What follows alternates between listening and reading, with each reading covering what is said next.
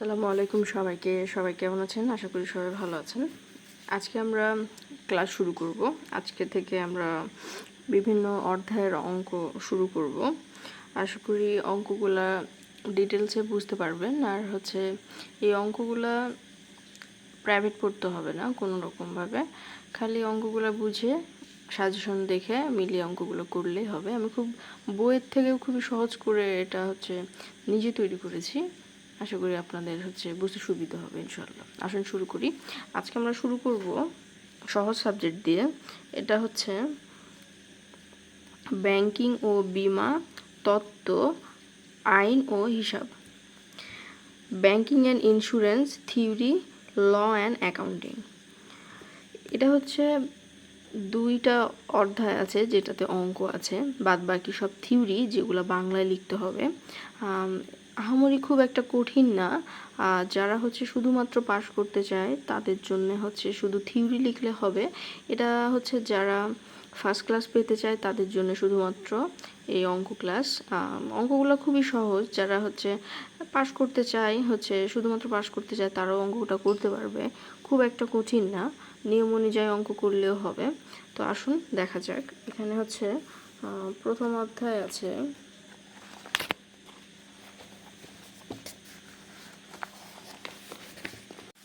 এই যে ব্যাংকিং ও বীমা তত্ত্ব আইন। এখান থেকে শুরু। এটা ক বিভাগ। এখানে বিভাগ ভাগ করা আছে। এখানে ক বিভাগ, ব্যাংকের পরিচিতি। এটা থিওরি। তারপরে আছে পরবর্তী অধ্যায়, দ্বিতীয় অধ্যায়। তারপরে আছে দ্বিতীয় অধ্যায়। এই যে দ্বিতীয় অধ্যায়, এখানে আছে বাংলাদেশ ব্যাংকিং কোম্পানি। এটাও থিওরি। তারপরে আছে তৃতীয় অধ্যায়। আমরা তৃতীয় অধ্যায়ে যাই। এই যে তৃতীয় অধ্যায়।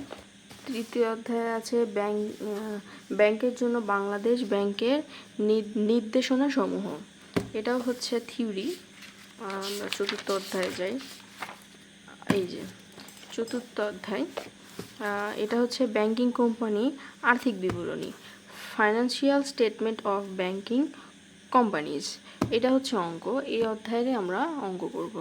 আসুন দেখা যাক এই অধ্যায়ে কি কি অঙ্ক আছে। এখান থেকে শুরু। এই যে 1, 2, মোট 9টা অঙ্ক আছে। খুব বেশি অঙ্ক আছে তা না। এই যে মোট 9টা অঙ্ক আছে।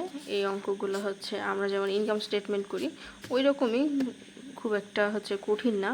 ইনকাম স্টেটমেন্ট যেমনটা কঠিন তেমনটা কঠিন না। এটার কিছু নিয়ম আছে, সেই নিয়মটা ফলো করলে এই অঙ্ক করা যাবে। আজকে আমি শুধু নিয়ম অনুযায়ী আলোচনা করব। পরবর্তী ক্লাসে আমিও অঙ্ক করে দেখাবো ইনশাআল্লাহ। তো চলো নিয়মটা আমরা দেখি। তোমাদের সুবিধার্থে আমি এটা ফাইল সিস্টেম করেছি। আমি এটা নিজে হাতে এটা লিখেছি যেন কোনো রকম কোনো সমস্যা না হয়, বুঝতে সুবিধা হয় আসলে মোট কথা। তো এখানে আমরা দেখি প্রথমে। এখানে অঙ্ক সম্পর্কে ডিটেলসের রুলস অনুযায়ী বলা আছে, ডিটেলস বলা আছে আসলে। আমি সব ভাগ করে লিখেছি। আসো কাছ থেকে দেখি। এই যে শুরুতে এই চ্যাপ্টার অনুযায়ী 2 ভাগে ভাগ করা হয়েছে: income statement of banking companies, balance sheet of banking companies. এবার নোট, এই 2 ধরনের অঙ্কর মধ্যে যে কোনো এক ধরনের অঙ্ক আসবে পরীক্ষাতে। যে কোনো এক ধরনের অঙ্ক আসবে। এই চ্যাপ্টারে পার্ট সি এর প্রশ্ন আসে, বিতে আসে না। এই অধ্যায় থেকে পার্ট সিতেও আসে, পার্ট বিতেও আসে। 2025 সালে পার্ট বিতেও এসেছে এবং পার্ট সিতেও এসেছে।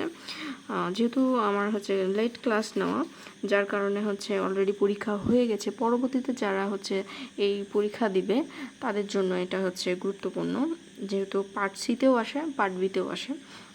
আমার রুলসটা এটা আগে তৈরি করা, এই জন্য এখানে লেখা আছে যে পার্ট বিতেও আসে না, পার্ট সিতে আসে। কিন্তু এই বছর পার্ট সিতেও এসছে, পার্ট বিতেও এসছে, একই অঙ্ক আসছে। 2 ধরনের ভাগ করে দিয়েছে। তারপরে format 1, income statement of banking companies. Note, এই ফরম্যাটে ইনকাম স্টেটমেন্ট অঙ্ক করতে হবে। ইনকাম স্টেটমেন্ট অঙ্ক করতে হবে সি পার্ট। আমরা প্রথমে সি পার্টের অঙ্ক শিখব, তারপরে সেখান থেকে বি পার্ট আসবে, ওখান থেকে অর্ধেক হিসাবে যেটা আসে আসলে।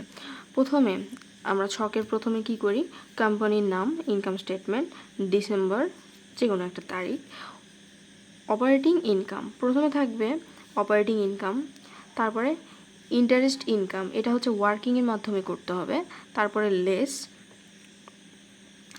Interest paid on deposit and borrowing, এটাও হচ্ছে ওয়ার্কিং করতে হবে, তারপরে এই দুইটা ওয়ার্কিং মিলে এখানে বিয়োগ করতে হবে, তারপরে এটা আসবে নিট ইন্টারেস্ট ইনকাম। তারপরে সেকেন্ড স্টেপ অ্যাড আছে commission exchange and brokerage, commission revenue from customer, discount on counted. তারপরে আমরা পরের পৃষ্ঠায় যাই।